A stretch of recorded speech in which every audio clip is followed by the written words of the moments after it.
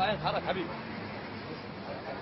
هذا صعب شوي فاذا بيكون جهدنا والله يومين الصبح الساعه 5 الصبح يعني دورياتنا وهاي مالتنا قدامك يعني. جزاكم الله خير. ضابط الشؤون اللواء نقب على وملازمون محمد ضابط الاستخبارات. بارك الله فيك. وقاعد نجولي على بارك الله فيك.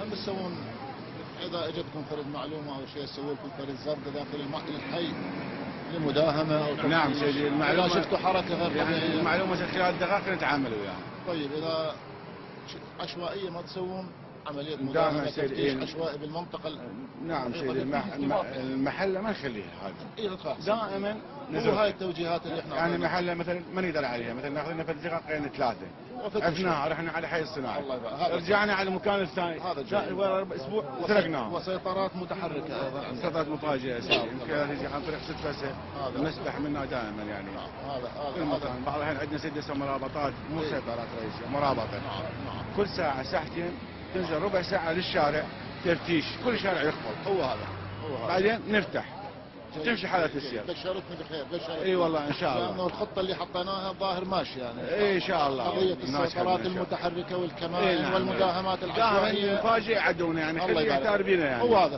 اسلب منا الظرف الآمن لا تخليه يأمن. ما يخليه يأمن ابدا. ويتصرف على كيفه. ان شاء يعني الله بهمتكم بهمة رجال مخلصين. ان شاء الله. هلا السلام عليكم. الله يبارك فيك ان شاء الله. مرحبا بك وسهلا. ها؟ لا لا المواطن حبيت اسلم عليك. اشرك عليك انت مشغول دائما. تعال يلا وين كاميرتك تعال وسع حيدر حيدر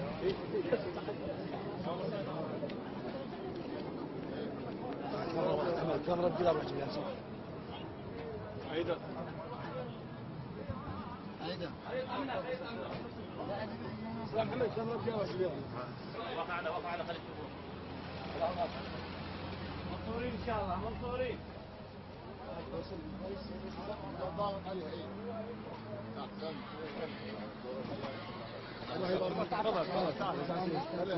يلا ريد نروح.